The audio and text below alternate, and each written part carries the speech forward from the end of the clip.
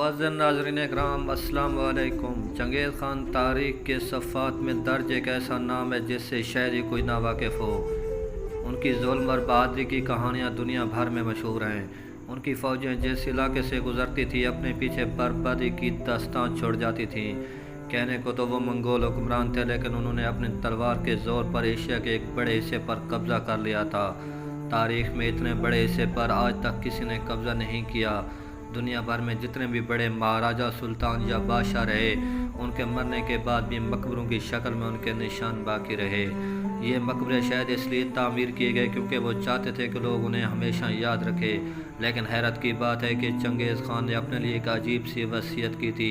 वो नहीं चाहते थे कि उसकी मौत के बाद उनका निशान बाकी रहे, लिहाजा उन्होंने अपने साथियों को हुक्म दिया उन्हें किसी गुमनाम जगह पर दफनाया जाए।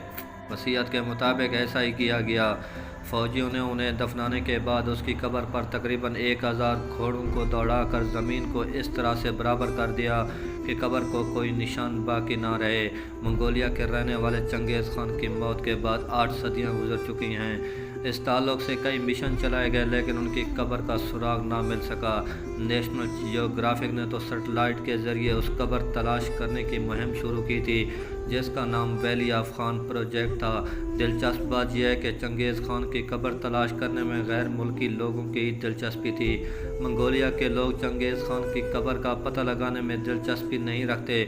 उसकी बड़ी वजह एक खौफ भी है। कहा जाता रहा है कि अगर चंगेज़ खान की कब्र को खोदा गया तो दुनिया तबाह हो जाएगी। लोग इस तबाही की मिसाल देख भी चुके हैं। इस वजह से भी उनके दिलों में वहम ने अपनी जगह पुख्ता कर रखी है।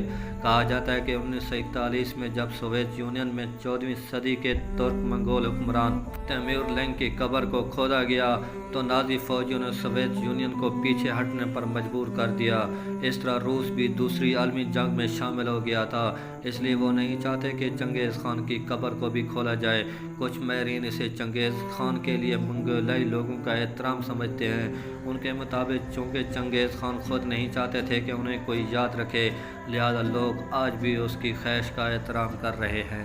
नाज़रीन इकराम, इस जैसी वीडियो अगर आपको मिलती रहे, हमारे YouTube चैनल को सब्सक्राइब करना ना भूलिएगा। Thanks for watching my video.